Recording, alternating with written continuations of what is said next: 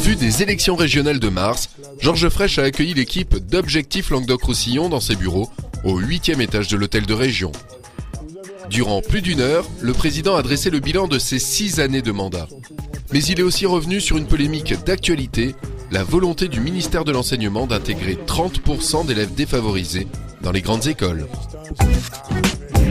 Moi, ce que veut faire Pécresse et Sarkozy, là, les grandes écoles, moi c'est ce que j'ai écrit dans mon bouquin il y a 15 ans. Donc une fois de plus, j'étais en avance. Mais on y vient. Les grandes écoles absorbent 50% du budget de l'enseignement supérieur pour 2% des étudiants. Et les universités absorbent, pour 98% des étudiants, ils ont les 50% qui restent. Alors, il faut en terminer avec ça. Donc moi, ma solution, si j'étais ministre de l'enseignement supérieur, il ne faut pas supprimer les grandes écoles. Il faut les intégrer dans les universités comme instituts d'université. Mais qu'on puisse à tout moment aller les meilleurs de l'université puissent aller vers la grande école et que ceux qui foutent rien à la grande école retombent dans l'université sans être exécutés. Les Américains ont tenté les quotas en Californie pour intégrer les Mexicains, ils y ont renoncé.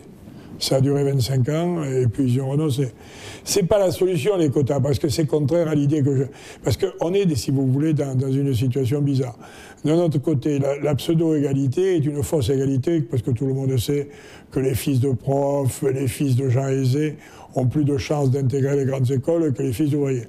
Ce qui ne veut pas dire qu'il n'y a pas de fils d'ouvriers qui ne peuvent pas intégrer les grandes écoles.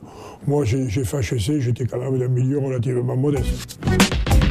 Vous retrouverez l'intégralité de l'interview de Georges Frêche sur son bilan dès le 28 janvier dans le magazine Objectif Languedoc-Roussillon, mais aussi sur le site internet www.objectifnews.tv.